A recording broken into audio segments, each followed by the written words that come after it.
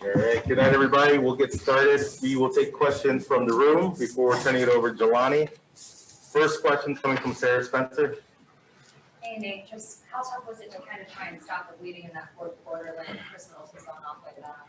Yeah, it was made it even tougher that we lost our timeouts early in that half or in the game, and really just didn't have a way of stopping that run. You know, Middleton got hot and made some tough shots.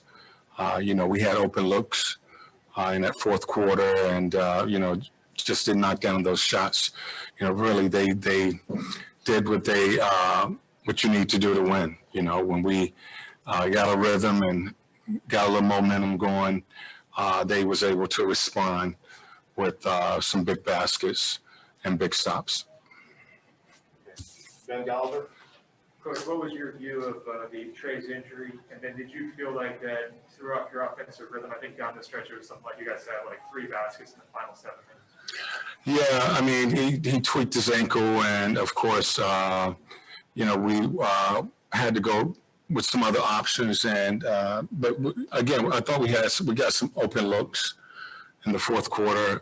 Didn't knock down those shots. They did a good job of making us pay when we didn't get a basket in that fourth quarter. Middleton seemed like he was hitting everything. Giannis did a good job of keeping that momentum for those guys. And then when they miss, they got a couple offensive rebounds that were big. Do you feel like he was moving normally after the injury, or was he hesitant at all? No, he was a little sore. Tim.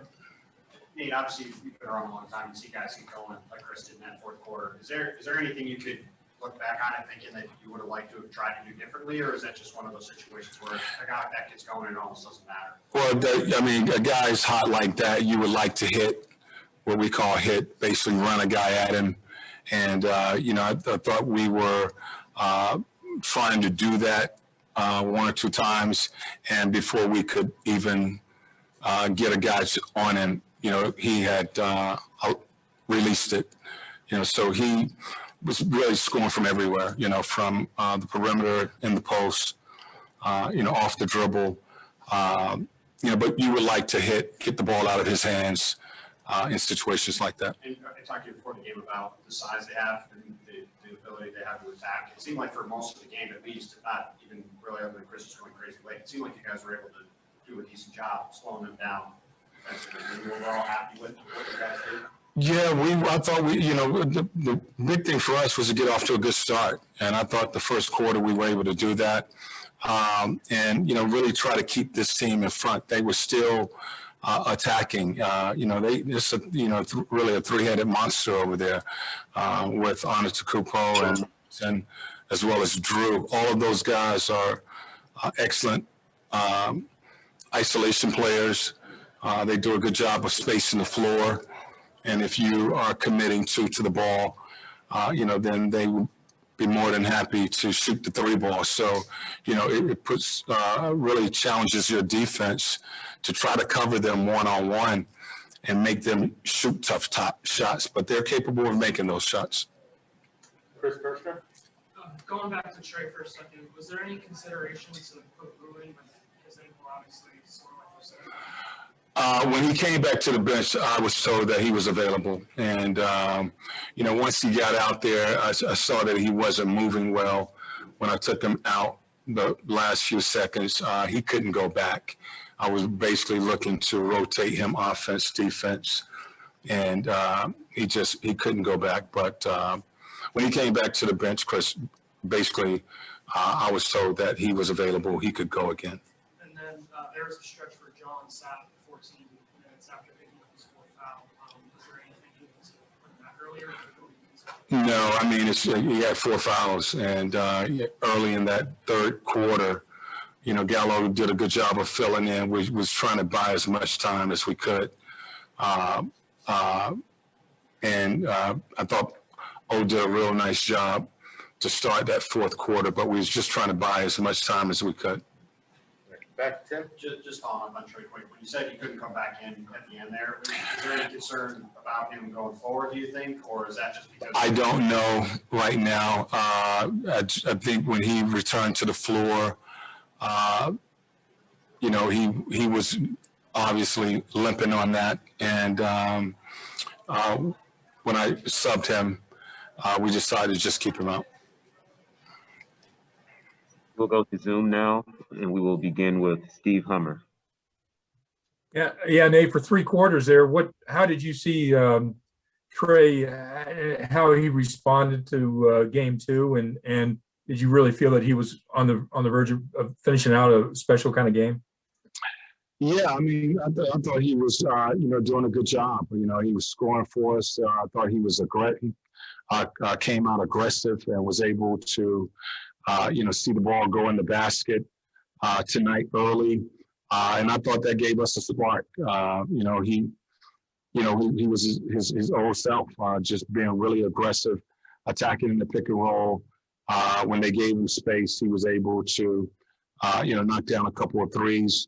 But I like the fact that he was aggressive and he was trying to establish that tempo that we wanted to play at.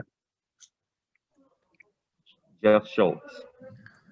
Yeah, Nate, following up Steve's question, did you two have a conversation at all after the last game? Did he articulate to you about how determined he was to sort of try to make amends for the last game?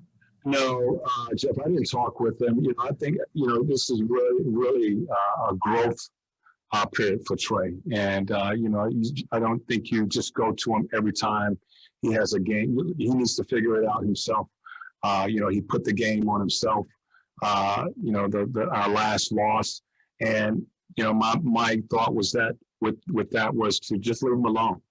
You know, talk about the things that the defense was doing, the adjustments that they made, point those out. But, you know, this is a time for him to figure out what he needs to do. And he knew that he needed to be aggressive. He had a bad game, and players have that. So I don't just run to him every time, you know, he has a bad outing. I thought this was a time for him to just figure it out. And I thought he did. He came out very aggressive and was able to really establish that first quarter for us. Just a couple more. We'll go to McLean Baxley from the AJC. You talked about a little bit earlier, you know, getting John Collins on the bench, you know, with those fouls, but, you know, Danilo and Eric Gallinari coming in with 18 points, and, you know, how crucial was his play and you know, off the bench and just, you know, keeping pace with what Milwaukee was trying to do?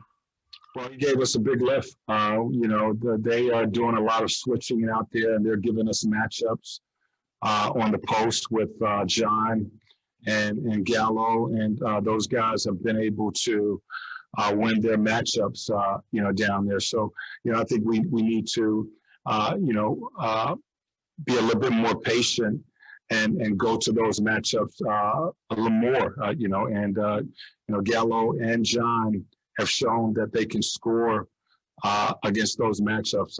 You know, Gallo, we needed him a lot sooner tonight with John getting in foul trouble. You know, so he's been doing this for us all season long, you know, just bringing that scoring punch off the bench. Okay, the final question from Zoom will come from Davide. Hey, Coach. Obviously, in the fourth quarter, you had to change a little bit about your offensive style. What did you like there and what you didn't? What quarter? The final quarter, obviously, with Trey injured. Well, again, I thought you know, of course, their defense picked up, and I thought we was able to get some open looks, you know, with some of our best shooters shooting the ball. And we just, you know, the ball didn't fall for us. Bogey had a couple open looks. Trey had an open look, you know, going down the stretch, and just wasn't able to, you know, get the ball to go down for us. You know, scoring 17 points in that fourth quarter really was the difference. The final question will come from inside the room and Chris Kirschner. Yeah.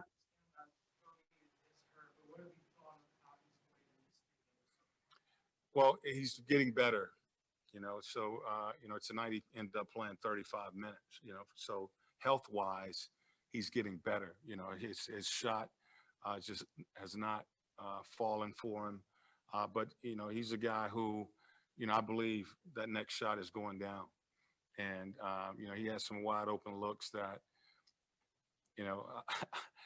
I'm willing to trust that he's going to knock those shots down. It's just not falling for him. It hasn't fallen for him this series, but health-wise, he's actually getting better. Thanks, Coach. Thank you, Coach.